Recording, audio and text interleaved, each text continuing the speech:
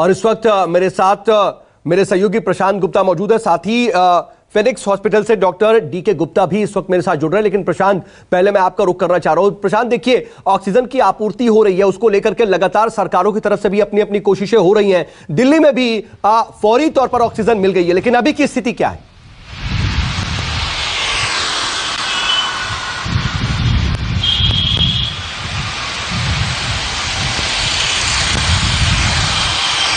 प्रशांत, क्या आप तक आवाज आ रही है? जी जी जी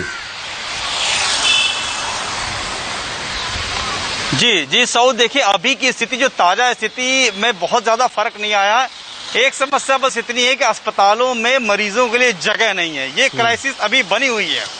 लेकिन ऑक्सीजन सिलेंडर, जैसा कि ऑक्सीजन की बात जहां तक है, ऑक्सीजन फिलहाल उपलब्ध है। जिन जिन अस्पतालों के बारे में कहा गया था कि वहां ऑक्सीजन नहीं है, उन अस्पतालों में ऑक्सीजन की उपलब्धता हो गई है। यानी कि ऑक्सीजन की कमी की वजह से कोई दिक्कत मरीजों को नहीं आएगी। हालांकि जब तक ये उपलब्ध नहीं हुई, तब तक एक तरीके से ऐसी क्राइसिस थी जो छिपी हुई है, बाहर नहीं आई है, कई जाने भी गई, बहुत ज्यादा पैनिक हुआ। लेकिन अब जो है स्थिति जो है थोड़ी सी संभल गई है। अब ये कितने समय तक है ऑक्सीजन की उपलब्धता, ये कहना मुश्किल है। लेकिन अस्पतालों की तरफ से जानकारी मिल रही है, जिन जिन अस्पतालों में बताया गया था, दिल्ली का BL कपूर हो या दूसरे अस्पताल हो, मतलब जिन अस्पतालों की लिस्ट दिल्ली की सरकार ने दी थी, वहां मरीजों के लिए ऑक्सीजन उपलब्ध है। अब वो 1 दिन के लिए है, 2 दिन के लिए है, 10 दिन के लिए है, ये स्थिति जो है अभी साफ नहीं है। लेकिन एक जानकारी हमारे पास हुई है, अभी हमारे थोड़ी देर पहले एक नोडल अधिकारी से बात हुई है दिल्ली सरकार के, जो ऑक्सीजन सप्लाई के लिए नोडल एजेंसी के तौर पे, वो नोडल अधिकारी के तौर पे काम कर रहे हैं। उनका कहना है कि 48 घंटे के अंदर ऑक्सीजन की प्रचुर मात्रा में उपलब्धता दिल्ली में हो जाएगी। मतलब ऑक्सीजन की उपलब्धता, टैंकर्स आ गए हैं, उनको दोबारा से जहां जहां अस्पतालों में रिफिल करने की जरूरत है, वो 48 घंटे के अंदर स्थिति सामान्य हो जाएगी। तो ये एक अच्छी खबर है। चलिए, अच्छी खबर है। और देखिए, इसी को लेकर के दो मुख्यमंत्री अरविंद केजरीवाल और LG के बीच बैठक हो रही है, खासतौर पर ऑक्सीजन की आपूर्ति कैसे सुनिश्चित की जाए और इसमें कमी ना हो, इसको लेकर के। डॉक्टर डीके गुप्ता मेरे साथ मौजूद हैं, CMD हैं ये फिनिक्स हॉस्पिटल के। डॉक्टर गुप्ता, जो स्थिति नजर आ रही है, देखिए, बहुत ज्यादा क्रूशियल सिचुएशन आ गई है। जिस तरीके से कल हमने देखा था कि ट्वीट्स हो रहे थे और खुद मुख्यमंत्री और उप मुख्यमंत्री इस तरह से परेशान नजर आ रहे थे, अब तो कम से कम उम्मीद की जानी चाहिए कि ऐसी व्यवस्था कायम कर दी जाएगी कि अब कम से कम हॉस्पिटल्स में इस तरह की सिचुएशन ना आए कि लाइफ सेविंग ऑक्सीजन ही उन्हें ना मिले। देखिए, बिल्कुल आप ठीक कह रहे हैं। मैं चाहूंगा कि जो हमारे मुख्यमंत्री हैं, उप मुख्यमंत्री हैं या जो सीनियर अधिकारी हैं, वो इस तरह के बयान ट्वीट करेंगे तो और पैनिक क्रिएट होगा और ऑक्सीजन की कंजम्पशन और बढ़ जाएगा। जब भी पैनिक होता है तो हमारा BMR बढ़ जाता है। BMR बढ़ने से, स्ट्रेस में आने से ऑक्सीजन जिसका सैचुरेशन 95+ होगा, वो 95 से कम आ जाएगा। तो कृपया करके जनता को हमें भी समझाने की जरूरत है कि पैनिक ना हो।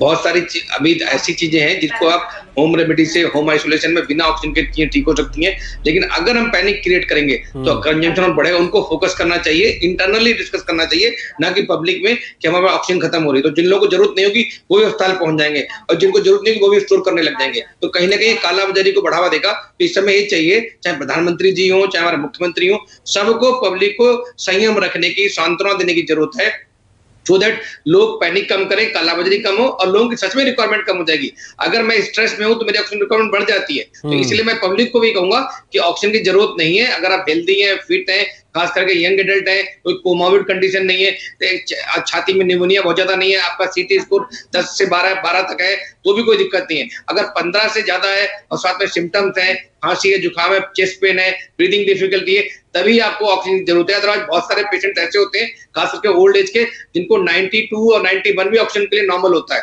उनको हम बोलते हैं परमिसिव हाइपरकैप्निया। तो ऐसे पेशेंट को जरूरी नहीं 95% ऑक्सीजन चाहिए। तो कहीं ना कहीं देश में, पूरे देश में पैनिक क्रिएट हो रहा है। इस पैनिक को खत्म करने की जरूरत है, पैनिक को हटाने की जरूरत है। उसके लिए बड़े लोगों को, खासकर जो सामंजस्य गलत दिख रहा है राज्य सरकारों में और सेंट्रल गवर्नमेंट में और डिफरेंट राज्य सरकारों में, कि हम यहाँ से नहीं भेजेंगे, वो उन्हें वहां नहीं भेजेंगे, सप्लाई वहां से नहीं आ रही है, और खुल के एक्सपोज होकर बातें पब्लिक में आ रही है, ये और खतरनाक है। तो पक्ष और विपक्ष में सामंजस्य चाहिए, राज्य सरकार को बीच में सामंजस्य चाहिए और कहीं ना कहीं प्रोडक्शन बढ़ाने की जरूरत है। बिकॉज बीमारी अब रहेगी 2-3 महीने। ऐसे लोग हैं जो इन्फेक्टेड हो चुके हैं, उनको निमोनिया हो चुका है, may be they will require for long term. तो इसलिए हमें अपना प्रोडक्शन कैपेसिटी बढ़ाने की जरूरत है, रैंप अप करने की जरूरत है। क्या अन्य संसाधन है, कैसे हम सिलेंडर बढ़ा सकते हैं, कैसे इंडस्ट्रियल सिलेंडर्स को मेडिकल सिलेंडर में कन्वर्ट कर सकते हैं, कैसे हॉस्पिटल के अंदर हम ऑक्सीजन जनरेटर लगा सकते हैं।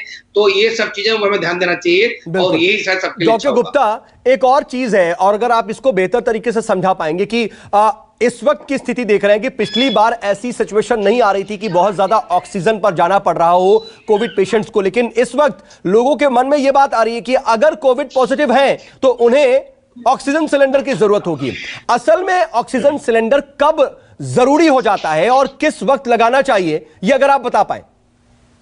बिल्कुल, आप बिल्कुल ठीक करें। $1 मिलियन क्वेश्चन है कि पैनिक ये हो रहा है कि जो भी बीमार पड़ रहा है तो उसको लग रहा है कि तो बेड नहीं मिलेगा, तो इसलिए वो बेड बुक करना चालू कर देता है, भर्ती करने की सिफारिशें चालू कर देता है। वीवीआईपी लोग झूठ बोलते हैं कि मेरा सैचुरेशन 95 से कम हो गया, 90 हो गया, जबकि एक्चुअल सैचुरेशन 95 से प्लस ही होता है। और बहुत बार स्ट्रेस की वजह से जब पैनिक होता है तब भी 95 से कम होता है। तो 95 से कम होने का मतलब नहीं कि तुरंत आपको ऑक्सीजन चाहिए, आपको रिलैक्स चाहिए, आपको दवाइयां चाहिए, ओरल मेडिकेशन चाहिए। अगर किसी की 92, 91 से कम हो रही है, इवन ओल्ड एज में खास करके हम लोग अलाउ करते हैं 91, 92 तक नॉर्मल मानते हैं, तो उन लोगों को ऑक्सीजन चाहिए। या जिनका सीटी में फाइंडिंग 15 से 18 है, 15 से ज्यादा हो गया है, स्कोर जो 4 स्कोर है, या सीवियरिटी डिफिकल्टी ब्रीदिंग हो रही है, सांस में तकलीफ हो रही है, सांस फूल रही है, सांस का रेट तेज चल रहा है, चेस्ट पेन बहुत ज्यादा हो रहा है, बीपी बहुत फॉल हो रहा है, आईसीयू में पेशेंट जा रहा है, तो या ऐसे लोग जिनको लंग्स दोनों खराब हो गए, तो ऐसे लोगों को ऑक्सीजन चाहिए, ना कि हेल्दी लोगों को। और मैं चाहूंगा, सबसे उम्मीद करूंगा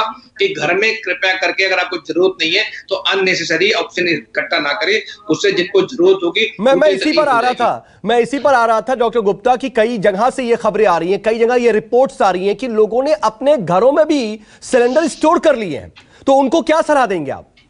बिल्कुल, मेरे पास भी ऐसे बहुत सारे लोगों की क्वेरी आती है कि मैं ऑक्सीजन खरीद के भरवा के रख लूं, तो बहुत सारे लोगों ने घरवा के रख लिया, उनको ऑपरेट करना भी नहीं आता। बहुत सारे लोगों को, किसी के पास फ्लो मीटर नहीं लगा होगा, फिर किसी को खोलना कैसे, बढ़ाना कैसे, क्या मॉनिटर करना है, ह्यूमिडिफायर लगा होना चाहिए। ऑक्सीजन को हम लोग ह्यूमिडिफाई करके पेशेंट को देते हैं, मतलब उसको वाटर के थ्रू पास होती है, ह्यूमिडिफाई होती है, तो इसके नुकसान भी हो सकते हैं। तो अगर आपने स्टोर कर लिया, उसको यूज नहीं कर पा रहे, इट मींस आप किसी न किसी की जान को खतरे में डाल रहे, जिसको एक्चुअल जरूरत है उसको नहीं मिल पा रही। तो सबसे मैं रिक्वेस्ट करूंगा, कृपया करके पैनिक क्रिएट ना करें। सबको ऑक्सीजन की जरूरत नहीं है, ऑक्सीजन की जरूरत उन्हीं को है जो 60 प्लस है, 50 प्लस है, अननेसेसरीली पैनिक क्रिएट ना करें। लेकिन डॉक्टर गुप्ता, इसी से कनेक्टेड सवाल भी है कि जब ऑक्सीजन की बात आती है तो उन लोगों के लिए ही रेमडेसिविर के इंजेक्शन की जरूरत पड़ती है जिनके ऑक्सीजन लेवल बहुत ज्यादा डाउन होता है। इसी को देखते हुए जो अभी पैनिक सिचुएशन है, ऑक्सीजन सिलेंडर के साथ साथ रेमडेसिविर की भी लेकर के यही स्थिति है, आप ऐसे लोगों को क्या सलाह देंगे कि रेमडेसिविर को क्या स्टॉक करें, नहीं करें, और करें तो किस सिचुएशन में? देखिए, ऐसे बहुत सारे लोग हैं जो अफोर्डेबल क्लास है, खास करके वो लोग क्या कर रहे हैं, उनको रेमडेसिविर की जरूरत नहीं है, पेशेंट सिक नहीं है, उसका जो सीटी स्कोर है वो 12 से कम है, या उसको निमोनिया ज्यादा नहीं है, या उसकी कोमोर्बिड कंडीशन ज्यादा नहीं है, उनको भी वो रेमडेसिविर दिलवा रहे हैं, जिसकी जरूरत नहीं। तो कृपया करके, या इससे दिलवाएंगे तो रेमडेसिविर गायब हो गया, आपने देखा होगा। तो इसीलिए उनको चाहिए रेमडेसिविर जो सीरियस पेशेंट्स हैं, जो कोमोर्बिड पेशेंट है, जिनका सीटी स्कोर 12 से 15 से ज्यादा है, जिसको निमोनिया हो रखा है, जिनको ब्रीदिंग डिफिकल्टी हो रही है, जो आईसीयू में क्रिटिकल है, हर बंदे को रेमडेसिविर देंगे तो उसका मिसयूज होगा या ओवर यूज होगा, और उसका कोई जुडिशियस यूज नहीं होगा, तो कोई फायदा नहीं होगा। वेस्टेज ऑफ मनी है और वेस्टेज ऑफ ड्रग है। डॉक्टर गुप्ता, ये पैनिक सिचुएशन के साथ साथ थोड़ी बहुत अवेयरनेस की भी कमी है क्या? अवेयरनेस की कमी और मिसकंसेप्शन कहीं ना कहीं लोगों के अंदर बहुत ज्यादा आ गया है। हाँ बिल्कुल, हमें चाहिए, सरकार को भी चाहिए कि रेमडेसिविर के यूज क्या है, कौन से पेशेंट को देनी है, फेविपिलू कौन से पेशेंट को देनी है, स्टेरॉइड किसको देने हैं। तो मुझे लगता है कि पब्लिक आजकल पढ़ी लिखी बहुत है, तो गूगल करके और मैसेज देख के ओवर प्रिस्क्राइब करना, ओवर ट्रीट करने की कोशिश करती है, और पैनिक की वजह से भी ओवर ट्रीटमेंट हो रहा है। तो उसको कम करने के लिए हमें चाहिए कि कुछ क्लियर कट गाइडलाइंस पब्लिक के सामने ला देनी चाहिए, सो दैट लोगों को पता लग जाए कि अगर 12 से कम देते हो तो कोई फायदा नहीं हो। मैं बताऊंगा, रेमडेसिविर का कोई रामबाण नहीं है, इससे डेथ नहीं रुकती है, ये डेथ को प्रिवेंट नहीं करती। बहुत सारी स्टडी हो गई अभी तक, इतनी आई है, ये सिर्फ आपका हॉस्पिटल स्टे कम करती है। मतलब अगर आपको 10 दिन में पहले ठीक होने वाले थे, अगर आपको रेमडेसिविर मिल गई तो लगता है 8 दिन में ठीक हो जाओ। तो ऐसा नहीं है कि आपको जान अगर नहीं बचनी होगी तो रामबाण नहीं है। तो कृपया करके भ्रांतियां ना फैलाएं। इवन अब तो देख रहे हैं डॉक्सीसाइक्लिन नहीं मिल रही है, ओवर लोग इकट्ठा कर रहे हैं, फेविफ्लू नहीं मिल रही है, तो ऐसी बहुत सारी दवाइयां जो यूज हो रही थी तो उनको लोग ओवर इकट्ठा कर रहे हैं, घर में रख रहे हैं। बिल्कुल, और इस तरह की चीजों से कम बचना चाहिए। और इस वक्त मेरे साथ डॉक्टर डीआर राय, जो कि पूर्व उपाध्यक्ष रहे हैं आईएमए के, वो भी जुड़ चुके हैं। मैं डॉक्टर राय आपके पास भी आऊंगा, लेकिन इस बीच अहमदाबाद से मेरे सहयोगी भूपेंद्र मेरे साथ जुड़े हुए हैं। भूपेंद्र, अगर हम पूरे गुजरात की बात करें तो पूरे गुजरात में ऑक्सीजन, रेमडेसिविर की सिचुएशन क्या है? क्या वहां भी बहुत पैनिक हो रहा है? मैं बात करूं तो यहाँ पर जो अहमदाबाद में जैसे सिविल अस्पताल है, तो वहां पर उन्होंने ऑक्सीजन के टैंक लगा रखे हैं। सिविल अस्पताल में ही 60,000 लीटर की क्षमता वाली ये टैंक है। कोई 10,000 का है, कोई 20,000 का, इस तरह से अलग अलग टैंक लगा रखे हैं। और उसके अंदर अलार्म सिस्टम है। जैसे ही ऑक्सीजन लेवल कम होता है, उन टैंकों के अंदर जो कंपनी है वो आके ऑक्सीजन फिलअप कर देती है। उनका डायरेक्ट कनेक्शन है और पूरा अस्पताल जो है वो सेंट्रलाइज है। तो सिविल अस्पताल, सरकारी अस्पतालों में ऑक्सीजन की कमी नहीं है।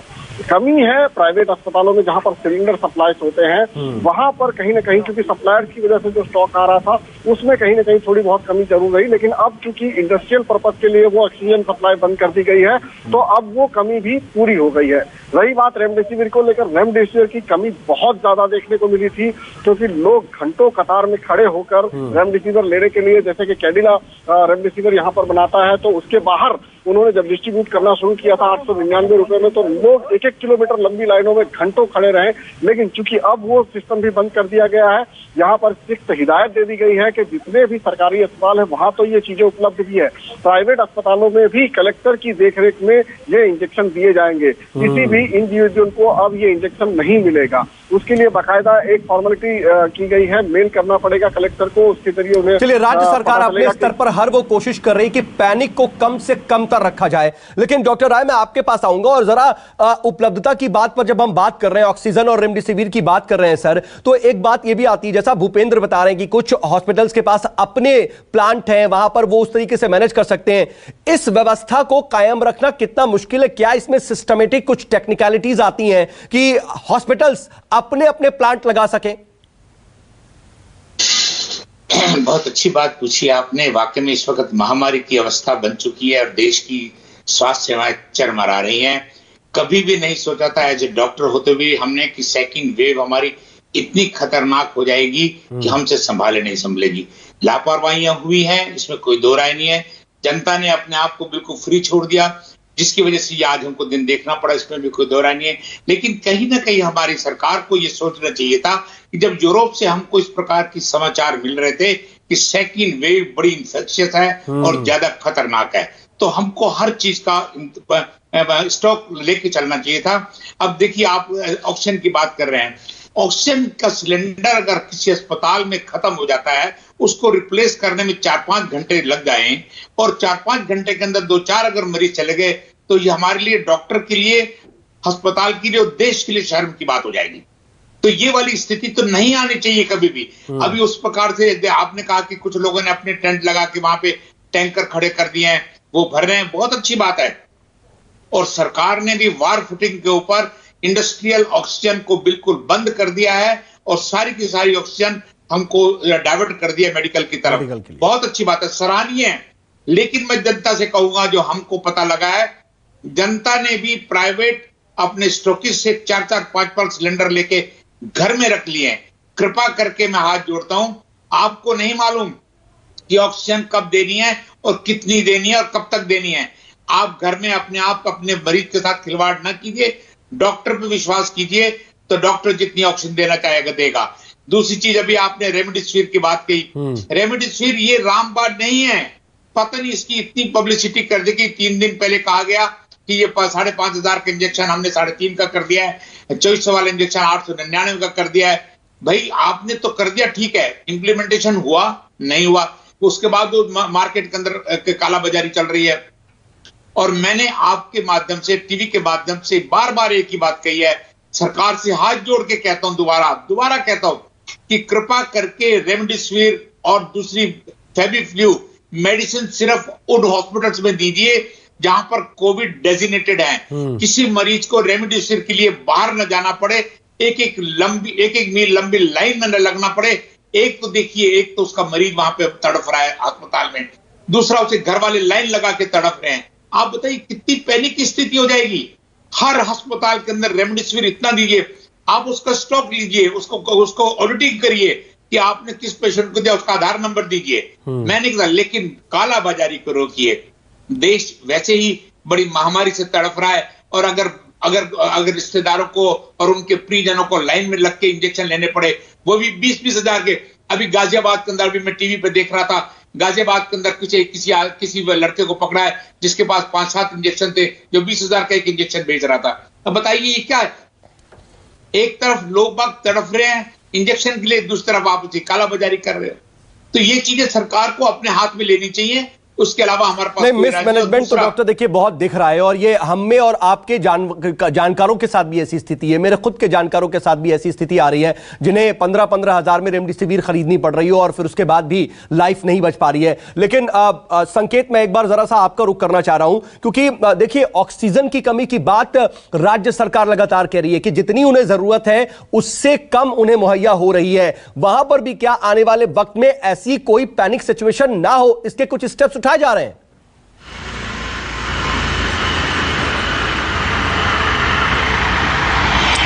देखिए, अगर मैं ऑक्सीजन की बात करूं तो कुछ एक जगहों से, मुंबई और महाराष्ट्र के कुछ एक अस्पतालों से खबरें आई थी कि वहां पर ऑक्सीजन की कमी है।